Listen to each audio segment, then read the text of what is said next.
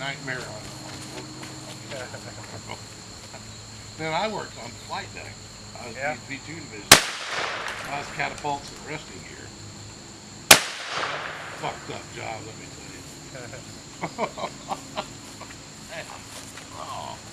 I worked in the engine room, so I worked with others kind of like me, so it wasn't too bad.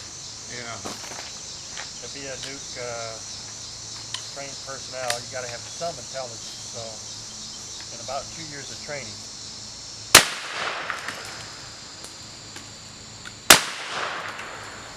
So we didn't have those guys fresh out of boot camp back there.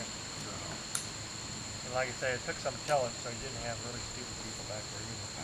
Well, they So told me I could get into the nuclear field and put me on a sub. I said no. Yeah. I've been on a carrier. Yeah. Actually, most of them are carriers. They told me I'd have to go to stop. No. Well, they changed that rule because you have to volunteer for stuff.